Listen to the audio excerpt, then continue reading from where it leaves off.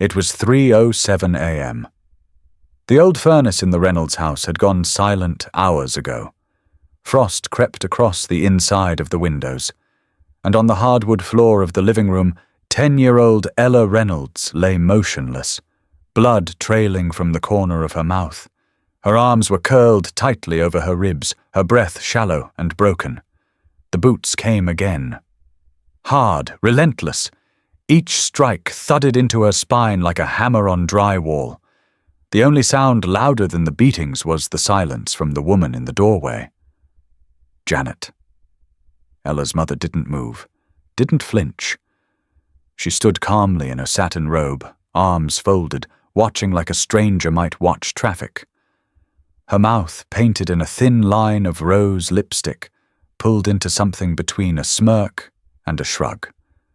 That was what made Ella's chest tighten more than the cracked rib, the way her mother looked almost bored.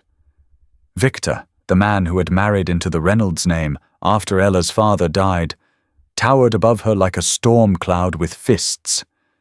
His breath stank of whiskey and old rage.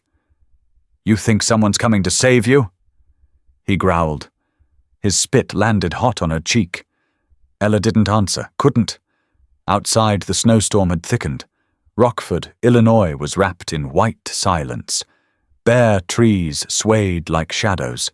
Most of the town was asleep, except for one man and one dog moving methodically down Sycamore Avenue. Officer Jack Turner pulled his jacket tighter against the cold, his boots crunching through fresh snow.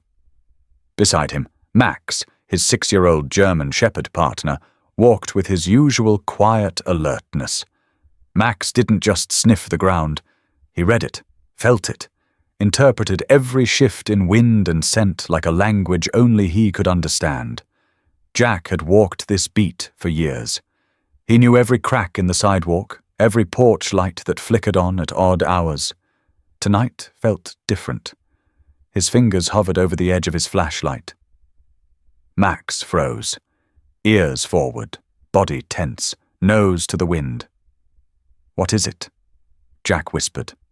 Max growled low and urgent, then pulled sharply toward the alley behind the old automotive shop. Jack followed without hesitation. Back inside the house, Ella reached for the edge of the rug. Her fingers scraped against the fabric, nails bent and raw. One leg refused to move. But fear was louder than pain. She clawed her way toward the kitchen. Victor cursed. Behind her, his footsteps thundered closer. Janet stepped aside without a word as Ella dragged herself past her. For a moment, Ella's trembling fingers brushed the hem of her mother's robe. Janet stepped back. Ella didn't cry anymore. She stopped crying weeks ago. Tonight she moved on something older than tears. She moved on instinct. The back door, the frozen knob, the sting of night air. Barefoot, she stumbled into the alley. Max's head snapped up. A sound, faint, broken, human, cut through the wind like a wire. Jack saw the shift in Max's body. Then he heard it too. A soft thump, a breath. They ran. Max led, slicing through the snow, rounding the corner behind a row of dumpsters and rusted fences. His bark exploded through the alley just as Jack saw her. Ella. She was curled near a pile of snow and bricks, her pink pajama pants torn, a smear of red on her chin. Her arms were wrapped tight around herself, her eyes wide and wild. Max didn't lunge or bark again. He approached like a ghost, slowly, head low, eyes gentle. He circled, then sat beside her, his thick coat shielding her from the cold. Ella flinched. Jack dropped to one knee. His voice softened the way it always did when he talked someone down from a ledge. "You're okay now. I'm Officer Turner. This is Max. We're here to help." Ella's lips trembled. "Don't let him find me," she whispered. Max whined low and laid his head on her thigh. Jack's breath caught. Her skin was bruised in more than one color.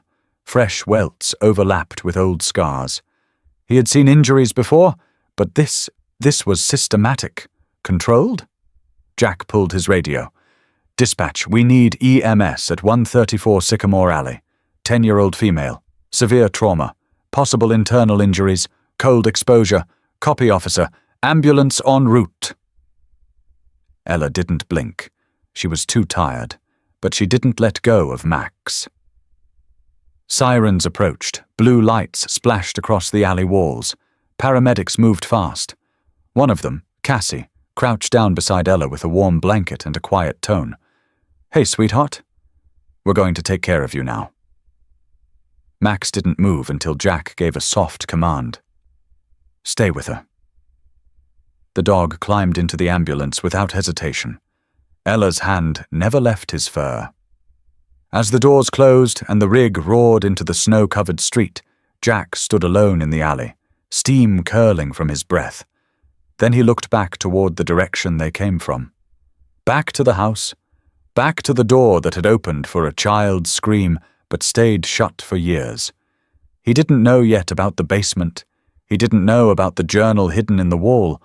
But he did know one thing. Someone was going to answer for that blood. And it wouldn't be a child. Not this time. The automatic doors hissed open at Rockford Mercy Hospital as the gurney rolled in, flanked by 2 paramedics and a large German shepherd whose presence didn't draw questions, only glances. Inside the trauma bay, fluorescent lights cast sharp lines across the pale tile floors. The ER was quiet for the moment, just the low beep of monitors and the soft shuffle of nurses' shoes. But at Bay 3, the air felt charged. Ella Reynolds lay curled under a silver heat blanket, her small frame swallowed in its folds. Her blonde hair clung to her forehead, damp from fever or fear, or both. Her eyes were wide but hollow, darting at every movement near her, except for the dog. Max stood at the edge of the bed, unmoving, his body tense but still, his amber eyes fixed on her face. "You okay letting him stay?" Dr. Lydia Moore asked, pulling on a pair of nitrile gloves. Jack Turner nodded, jaw clenched. "Try moving him." Lydia gave him a look but didn't argue.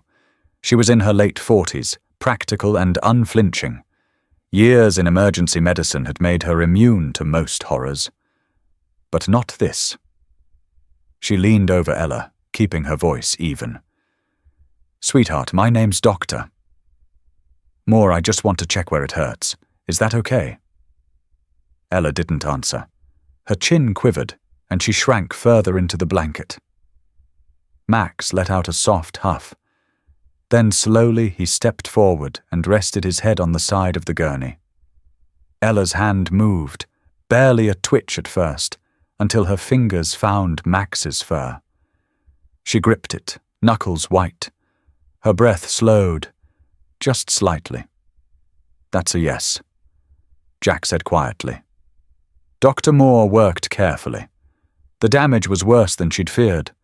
Bruises in multiple stages of healing. One rib clearly fractured.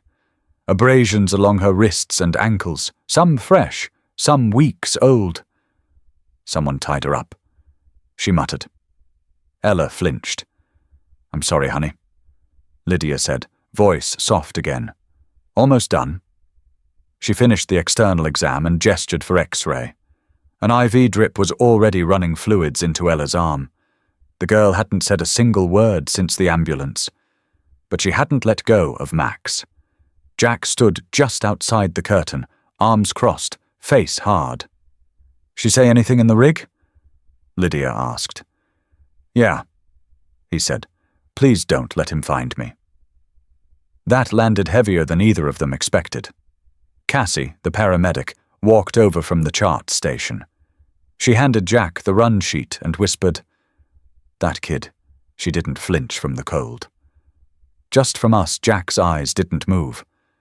"She's used to worse than a snowstorm." An hour later, in a quiet room near pediatrics, Ella lay sleeping in a bed too big for her. Max sat at the foot, ears pricked, alert but relaxed. His head turned every time the door creaked or a nurse passed. Jack stood at the window, watching her chest rise and fall. It was uneven. He remembered the stats. Oxygen low, blood pressure low, malnourished. She's 10, he muttered. 10 years old. A voice behind him replied, and she weighs less than a second grader. It was Lydia. She looked tired now. She held a tablet in one hand, X-rays loaded. 3 ribs fractured, she said. At least 2 others healing from previous breaks. Multiple contusions, hairline fracture on her left forearm. You want me to go on? Jack shook his head. Lydia crossed her arms.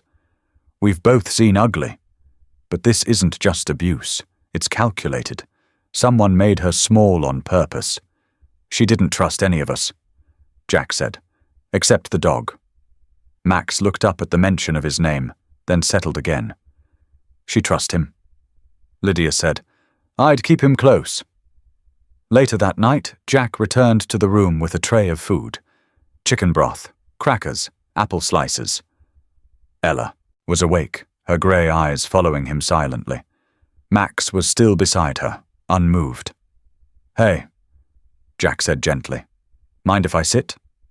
She didn't respond, but didn't look away either. He sat down across from her. I'm Jack.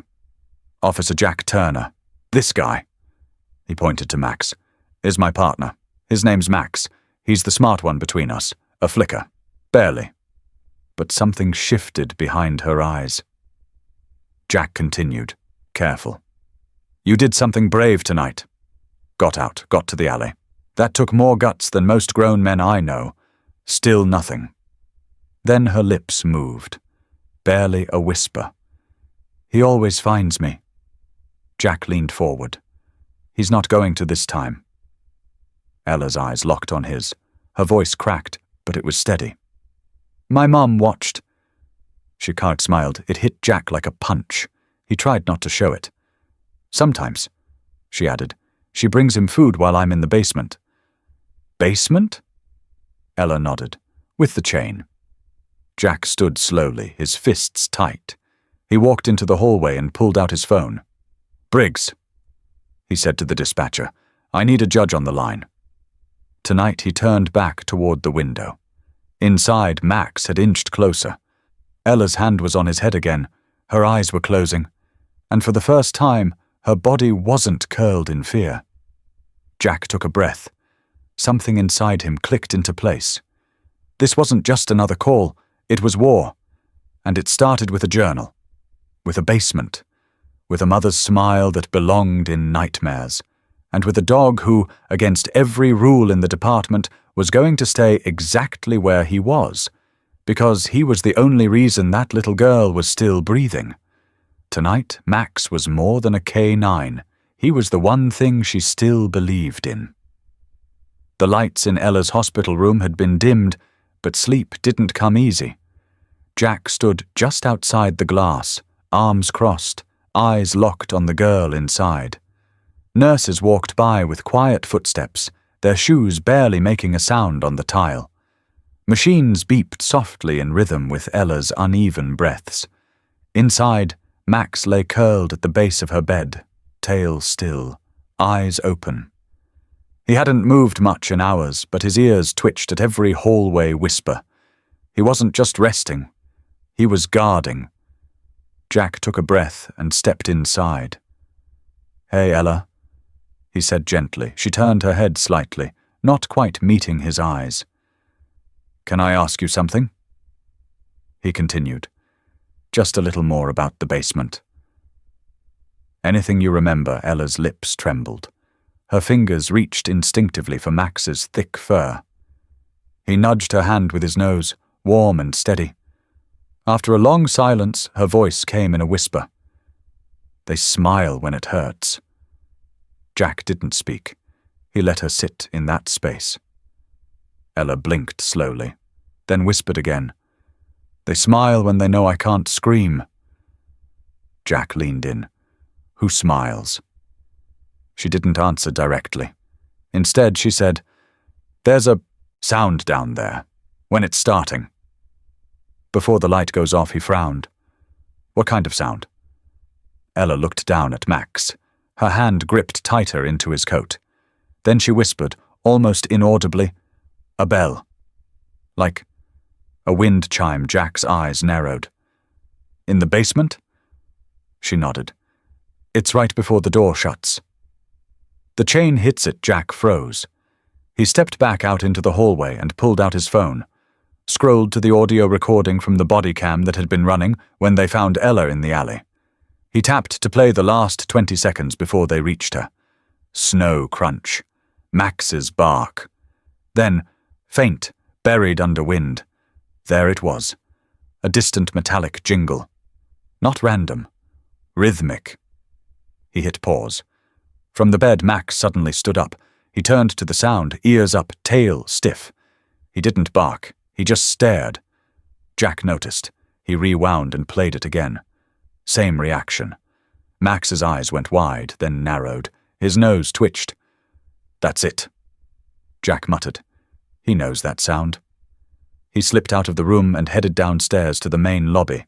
His boots echoed in the empty hallway. At the nurse's desk, he asked for a judge's contact information, one willing to review an emergency search warrant. The nurse glanced at the time. It's almost midnight. I know, Jack said, but that house still has a basement full of secrets and a kid who's too afraid to sleep. 2 hours later, Jack sat in a quiet room near the ER with a faxed warrant in his hands and a pen running over the dotted line. Judge Meredith Green had heard the urgency in his voice. Child victim. Documented injuries. Audio evidence. Credible witness. And now, the sound of a bell that triggered a reaction from both victim and canine. She didn't hesitate. By the time Jack returned to Ella's room, she was asleep. Max hadn't moved. Jack watched for a moment. Then he kneeled beside the bed. Hey, partner, he whispered to Max. We're going back in. Max looked at him, slow and deliberate. His amber eyes glinted under the low light. You know what's waiting there, don't you? Jack said. And you still want in? Max rose to his feet.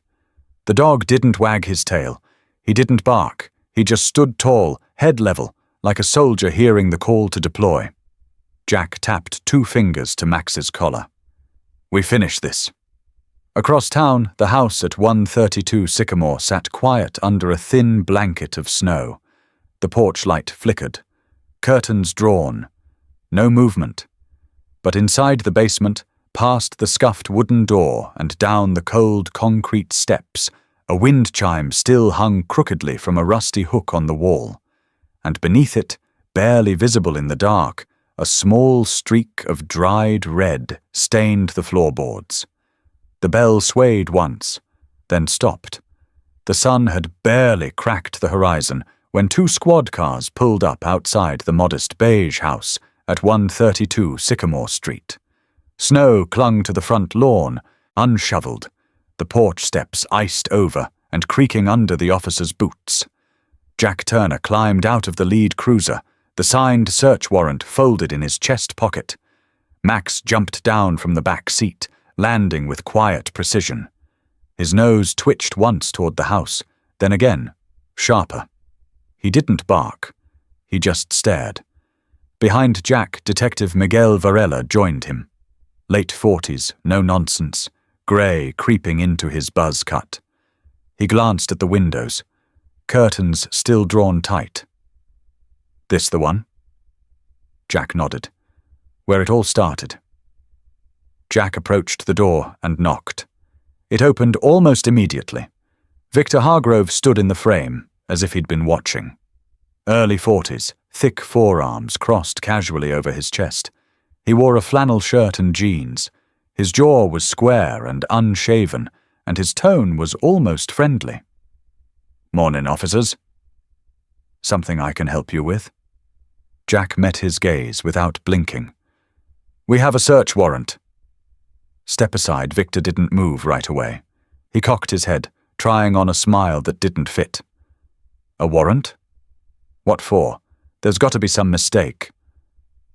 That's not up to you, Varela said, holding up the document. You're going to let us in. Now Victor's eyes shifted once, Then he shrugged and stepped back. Sure. Nothing to hide from the hallway behind him, Janet Hargrove appeared, hair brushed into a perfect wave, robe tied at the waist. She blinked at them with exaggerated confusion. What's going on? Is this about Ella? Is she okay? She's safe, Jack said coldly. Which is more than we can say about what was happening here. Janet clutched her robe tighter, biting her lower lip like a woman caught off guard. Max moved past them without waiting for a command. He didn't need one. He headed straight down the hallway. Sharp, deliberate steps. Ears forward. Every muscle taut. Jack followed.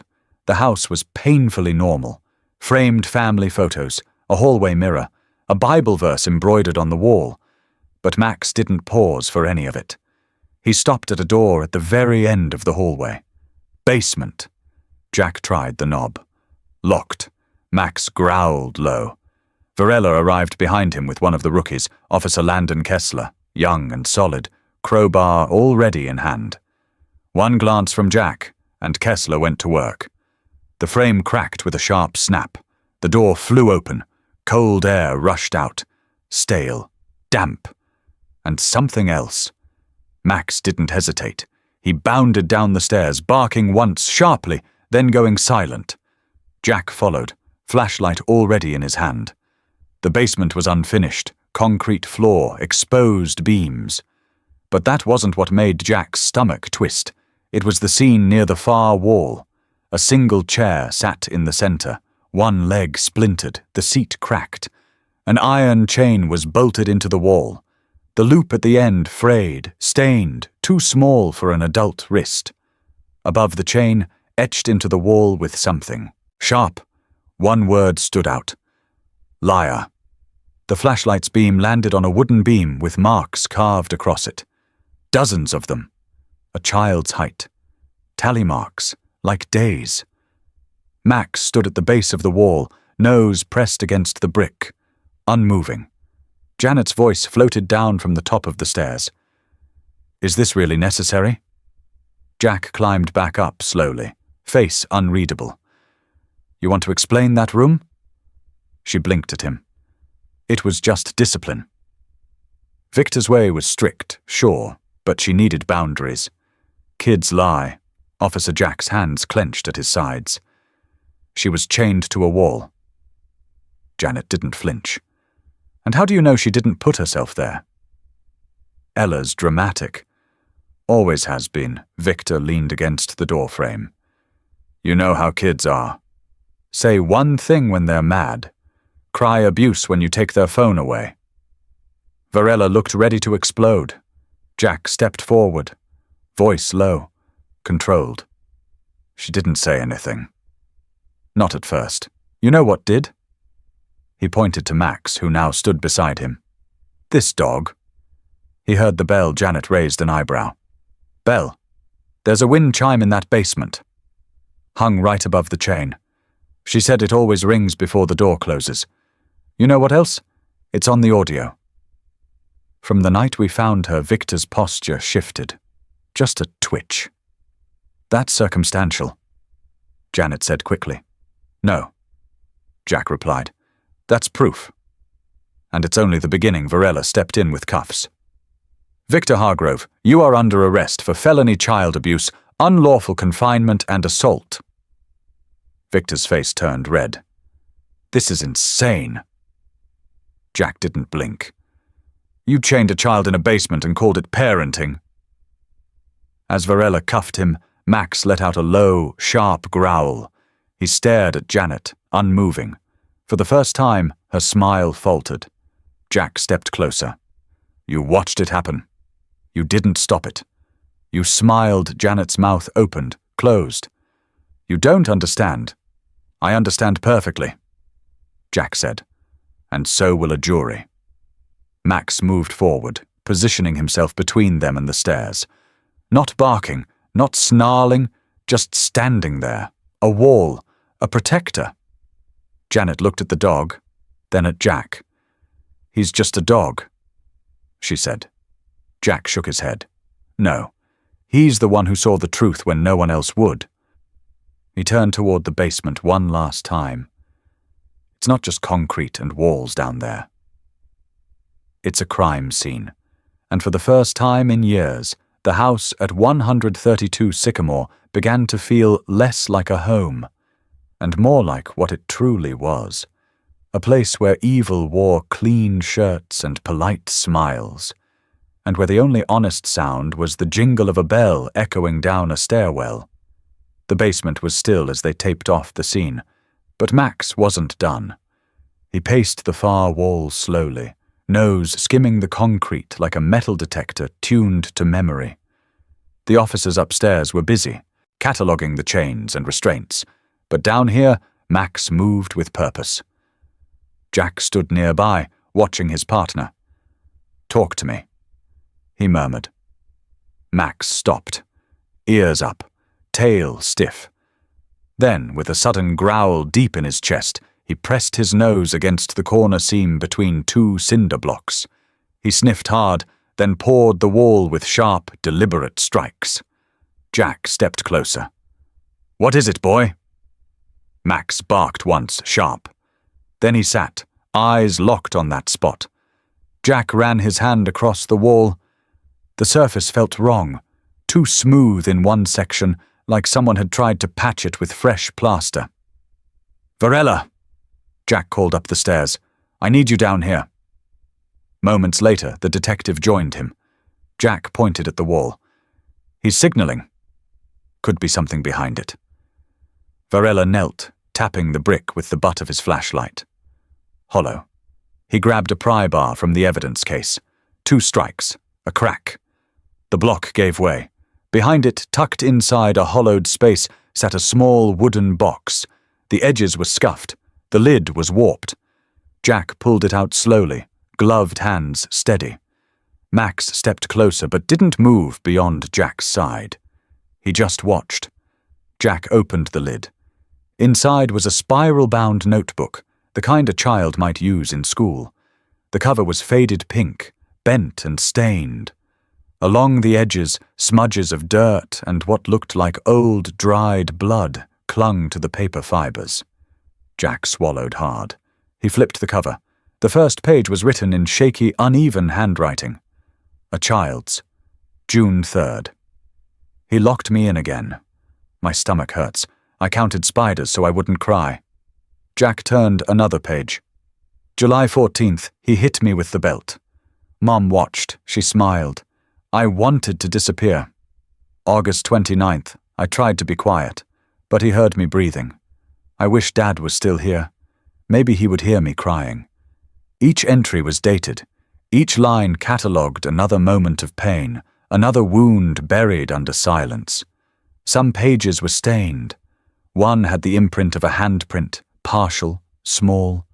Others had the corners torn off, as if someone had written too hard in the dark. Jack felt his chest tighten.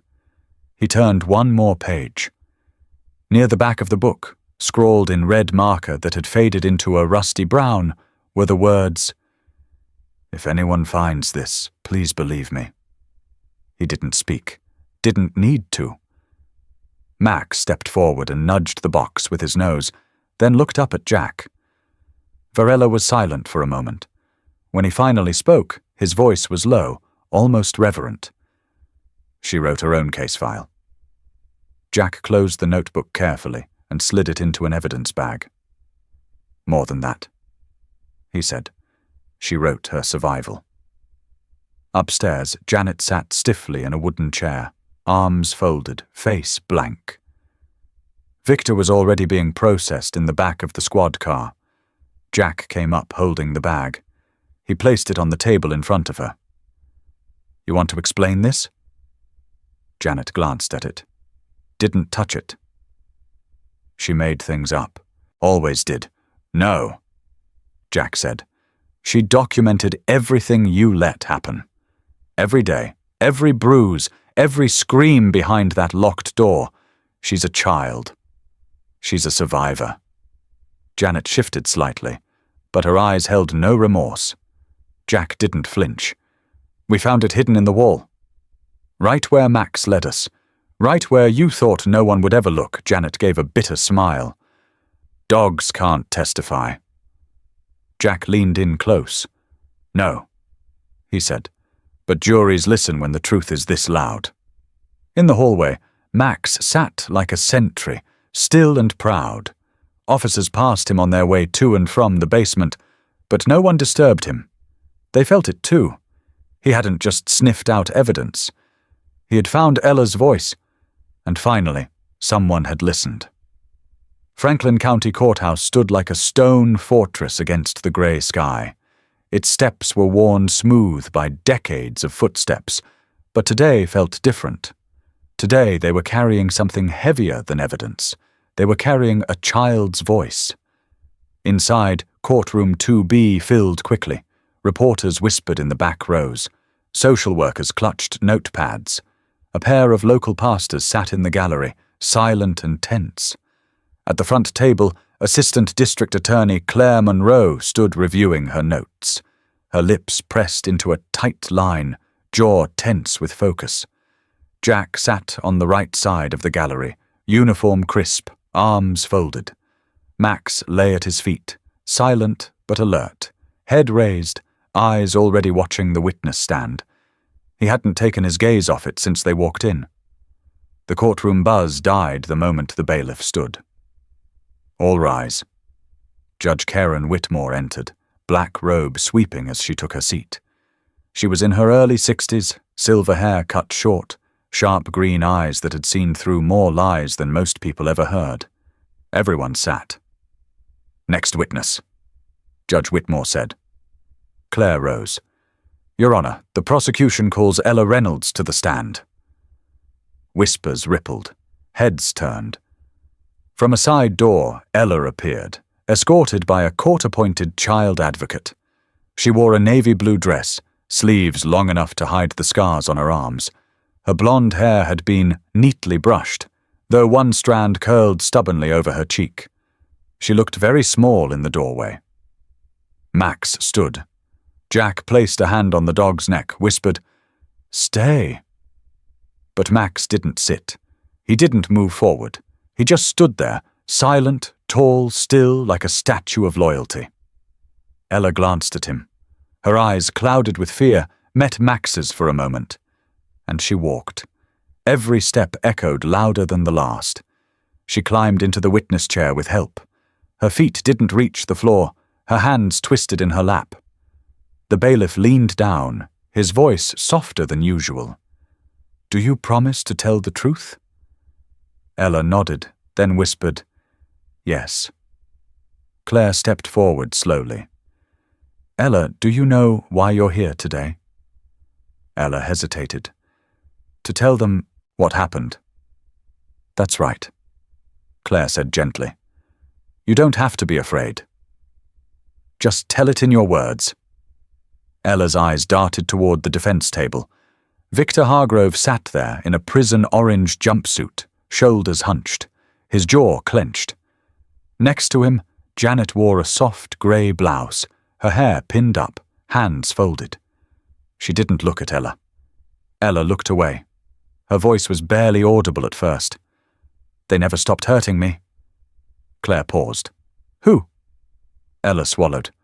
"Victor and my mum. She didn't hit me." But she smiled when he did. Silence spread through the room like smoke. "They locked me in the basement when I cried. They said it was punishment, but sometimes they left me there overnight. No food, no blanket." Claire nodded softly. "How long did this go on?" Ella's voice cracked. "Since I was 7. Some jurors looked away. Others stared, unmoving.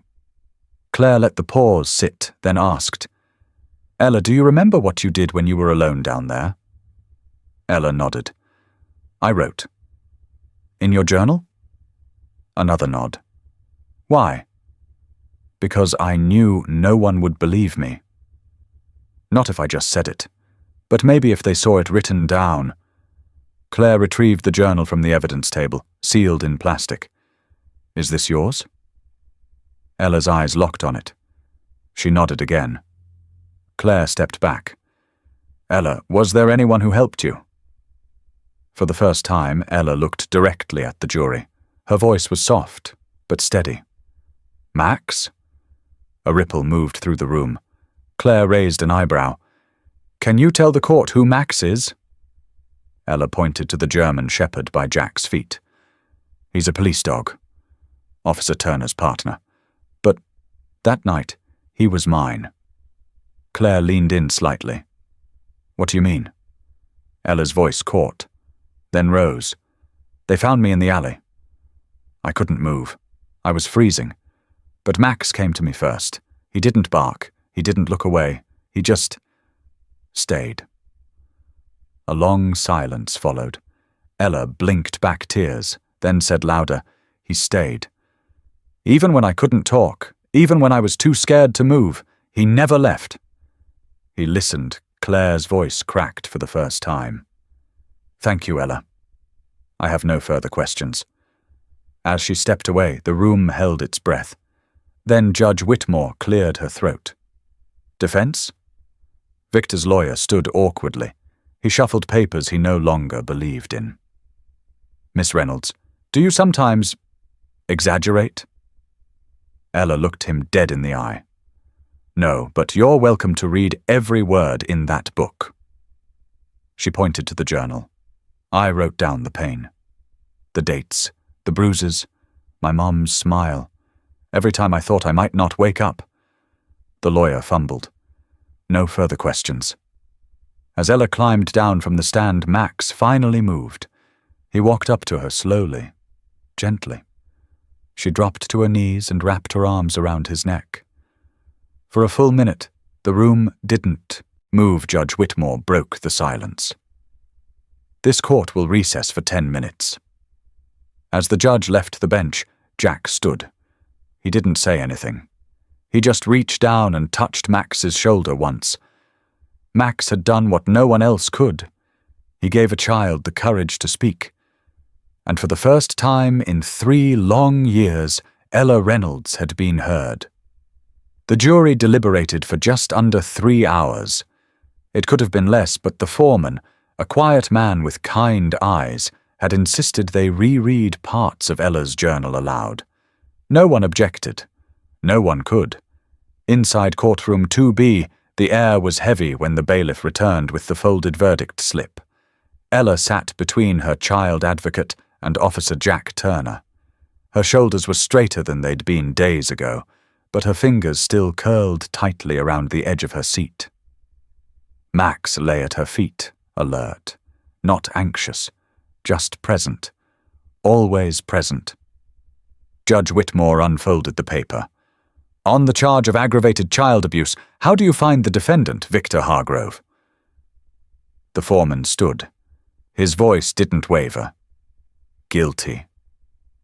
A gasp rippled through the courtroom. On the charge of unlawful confinement? Guilty. And on the charge of criminal assault? Guilty. Victor's head snapped toward his lawyer, but the man had already slumped forward in defeat. Janet, seated 2 chairs away, stared straight ahead. Her jaw clenched, but not a single tear slid down her cheek. Judge Whitmore's gavel came down once. Mr. Hargrove, you are hereby sentenced to 35 years in a state correctional facility. You will serve no fewer than 20 without possibility of parole. The judge turned to Janet. Mrs. Hargrove, this court finds you complicit in the sustained abuse of a minor under your care. Your parental rights are terminated, effective immediately. You will be placed under supervised probation and are barred from contacting the victim. The silence that followed was unlike the earlier ones. This time, it was final. Ella turned her face into Max's shoulder. The dog didn't move, just nudged his nose gently under her arm until she wrapped herself around him. One of the reporters in the gallery wiped his eyes behind his camera. Another didn't bother hiding her tears. The story had spread days earlier.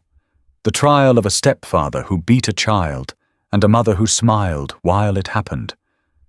But now the country saw the child. They heard her voice, and they saw the dog who never left her side. Outside the courthouse, cameras clicked as the doors opened. Ella stepped into the winter sunlight, hand in Jack's, Max walking quietly beside her. They didn't speak. They didn't need to. The press surged forward, but then paused. Max turned and faced them, shoulders squared, eyes steady. And the crowd parted, like instinct understood something words could never explain. Claire Monroe gave a brief statement to the press. This wasn't just about punishment. It was about silence, about the kind of pain that hides behind clean curtains and church smiles, and it was about a little girl who told the truth in the face of everything, and a police dog who never once looked away. The footage ran nationally that night, a montage of Ella stepping down from the witness stand, Max curled beneath her feet, Jack standing like a sentry behind her. And that closing shot, Ella in the snow, one hand buried in Max's fur, the other wrapped tightly around her journal. Commentators called it one of the most important child abuse cases in recent state history. But to Jack, it wasn't about precedent. It was about proof. Proof that monsters don't always hide in the woods. Sometimes they wear flannel and smile at barbecues. And proof that sometimes, when the world fails to listen, a dog can still hear everything that matters. Later that evening, back in the squad room, Jack took a call from the station captain. "You did good?" the captain said. "Real good." Jack glanced down at Max, who was dozing near the corner, head resting on his paws, ears twitching every few seconds. "I didn't do it alone." There was a pause on the line. I heard the departments getting flooded with emails about Max. Donations. People asking if he can visit schools. Hospitals. Jack smiled faintly. He's not retiring yet. Doesn't matter. The captain said. He's already a symbol. Maybe more than that, Jack looked towards the hallway. At the end, Ella sat in the lobby, waiting for her foster caseworker. Her journal was open in her lap, pencil moving slowly across the page. She paused for a moment, then looked up at Max through the glass. He opened one eye, blinked, then closed it again. Still listening. Always listening. Justice had knocked, and for once it had stayed long enough to matter. The house sat at the end of a gravel road just outside of Springfield. 2 stories, faded blue paint, white shutters in need of a fresh coat. Wind chimes jingled softly on the porch, but this time they didn't signal fear. They were music. Ella stepped out of the back seat of the county SUV, her small duffel clutched in one hand, the other nervously twisting the sleeve of her sweater. She was taller now. Not much, but enough to show the passage of weeks. Weeks of courtroom lights and closed doors and questions with no answers. The woman waiting on the porch had a warm build, rounded at the edges, with silver-streaked curls pulled into a loose braid. Her name was Marlene Brooks, and she smelled like cinnamon and rainwater. Behind her stood her husband, Robert, tall and quiet, the kind of man whose kindness didn't show in words but in how carefully he set down a mug or held open a door. They didn't rush Ella. Marlene simply opened her arms. Ella hesitated. Then slowly she stepped forward and let herself be held. That night she ate warm cornbread with honey and a bowl of stew that steamed up her glasses. Room had a window that looked out over the cornfield and a quilt made from scraps of old flannel shirts. A small lamp glowed on the nightstand. On the dresser was a new journal, blank, unopened, waiting. Max visited a week later. It wasn't standard protocol. Police K-9s didn't make house calls to private homes. But Jack had made a call, pulled a favor, explained the bond no handler's manual could ever prepare you for. When the cruiser pulled up to the Brooks driveway, and Ella saw the black and tan shape in the back seat, she froze, then bolted. Max leapt from the car, tail high, body alert. They met in the yard. She dropped to her knees in the grass, arms thrown around his neck. "I missed you," she whispered into his fur. Max didn't bark. He just leaned into her, pressing the full weight of his chest against hers. Jack stood back by the car, watching. He said nothing. Marlene came out onto the porch and placed a hand on Jack's shoulder. "You brought him home?" Jack nodded. "In a way." Ella's first birthday in the Brooks house came 6 weeks later. Her 11th. The backyard was strung with dollar store streamers and paper lanterns. A folding table held cupcakes, mismatched plates, and a lopsided cake with her name in red frosting. There were 5 other kids, neighbors, classmates, one boy who'd also been in the system. Ella stood at the center of it all, paper crown on her head, cheeks flushed pink from running and laughing. She had never had a birthday party before. She had never even asked. Max sat off to the side, next to Jack and Robert, watching the group like a sentinel, eyes half-lidded but always aware. He didn't need to chase the ball or bark with the other kids' dogs. He was there for something else. Ella caught his eye. She crossed the grass barefoot and sat down beside him, curling up into his side. He leaned into her again. Her hand rubbed behind his ear, something she'd learned he loved.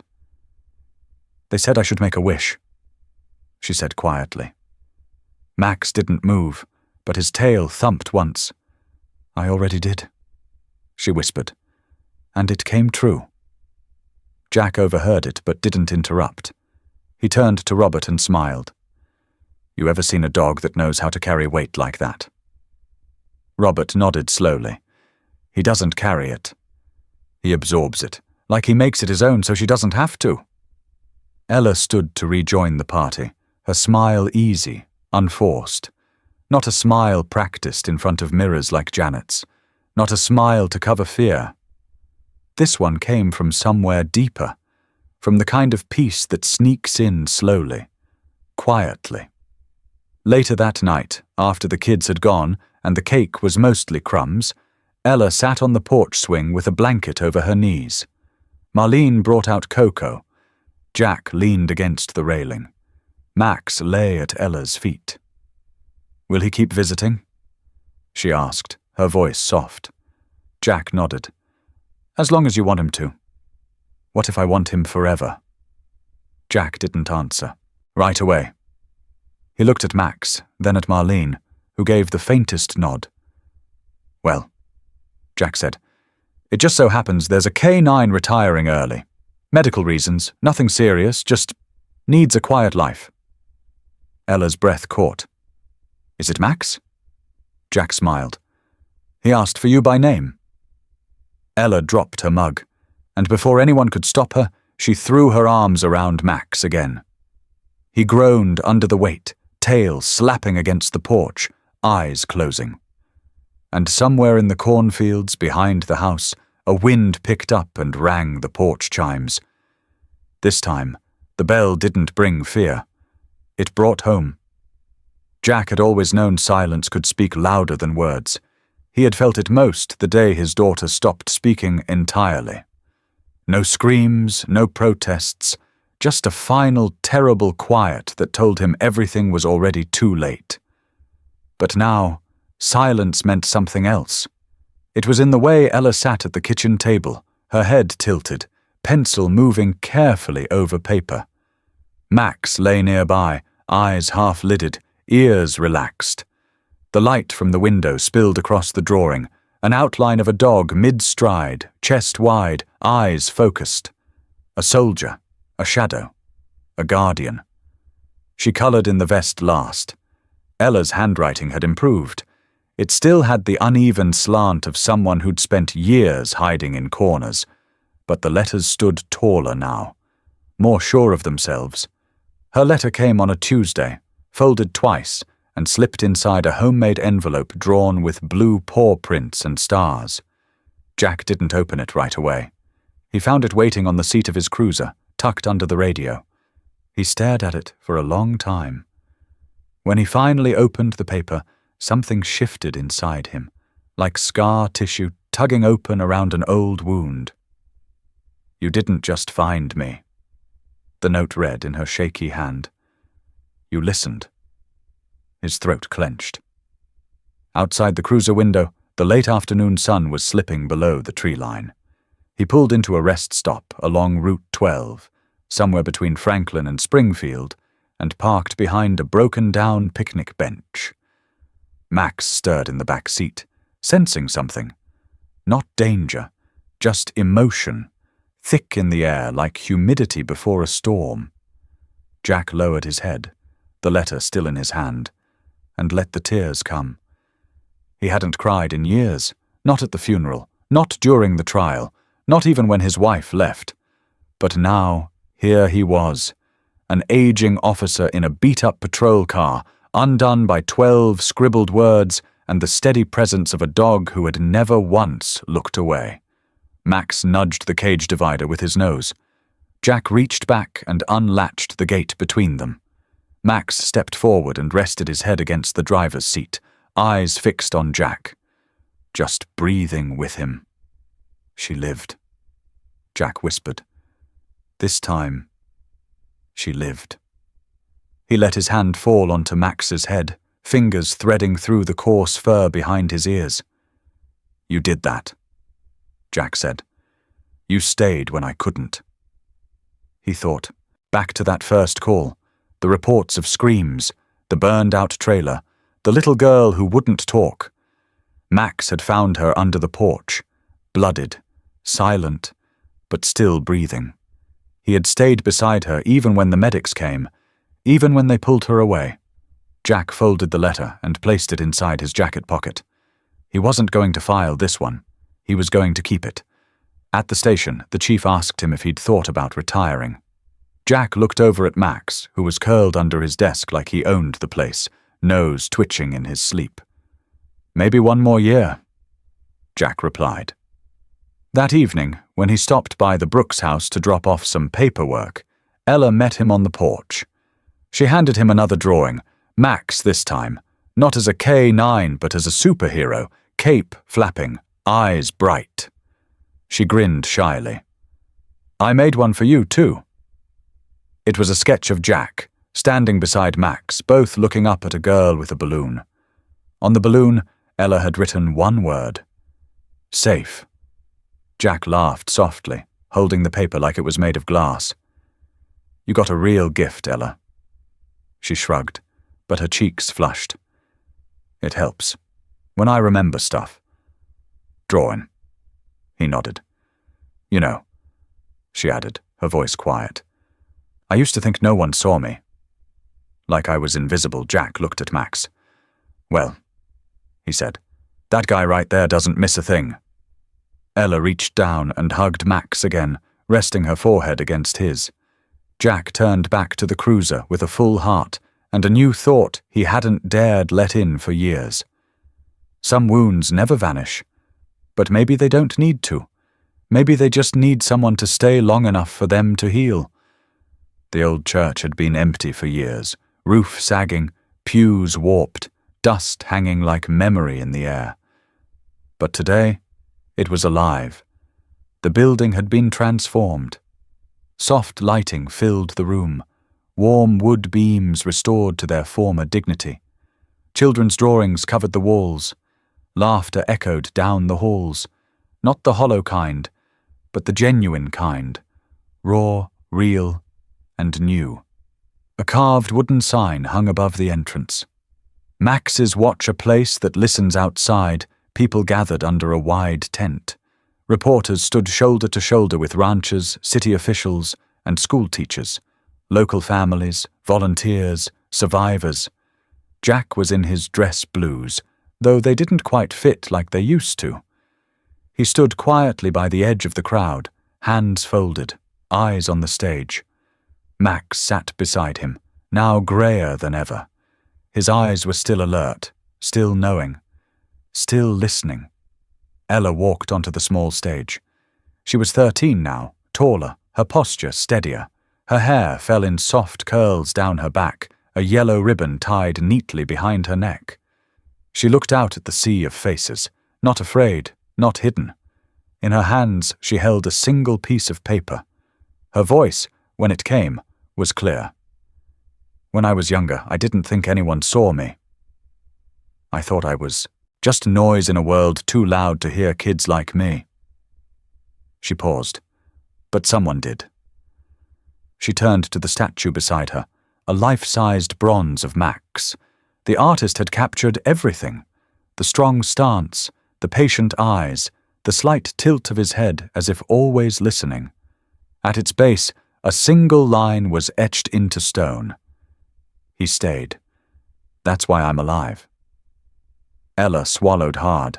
Then she looked up again, voice softer. We built this place for the kids who need someone to stay. A boy in the front row clutched a small stuffed dog and leaned into his foster mum's side. A girl near the back wiped her nose on her sleeve, blinking fast. Ella folded her speech. Then she knelt and placed her palm against the base of Max's statue. Behind her, Max, old, slow, and wise, sat with his chest rising steady, tail tapping the grass once, as if giving his approval. A quiet settled. And then Ella asked the question that no one forgot. What about you? Has anyone, animal or human, ever stayed for you when no one else did? The silence after wasn't heavy. It was full. Full of memories, yes, but also something else. A flicker of hope. A shift. Jack felt it. So did the mayor, who had grown up in a home like Ella's.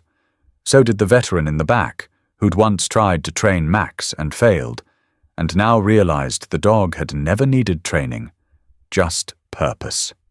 Later that evening, under a fading sun, Max lay on the grass beside the statue. Kids came and went, leaving little notes and treats near his paws. Someone had tied a new red bandana around his neck. Jack crouched beside him. You did good, buddy, he whispered. Real good. Max didn't move much anymore, but his eyes found Jack's, and that was enough. Jack ran his fingers along the carved letters, Max's watch a place that listens. And maybe that was the point all along, not to fix everything, not to erase the pain, but to stay. To stay when others ran, to listen when no one else would, to believe a wounded child still mattered, even when the world had forgotten her name. So now we ask you, yes, you watching this, has anyone ever stayed for you when no one else did? If a German Shepherd could change one girl's life just by staying, imagine what we can do together. Subscribe to our channel where we honor these true stories, where every hero has 4 legs and every bark has meaning. This is German Shepherd, the one who stayed, and we're just getting started.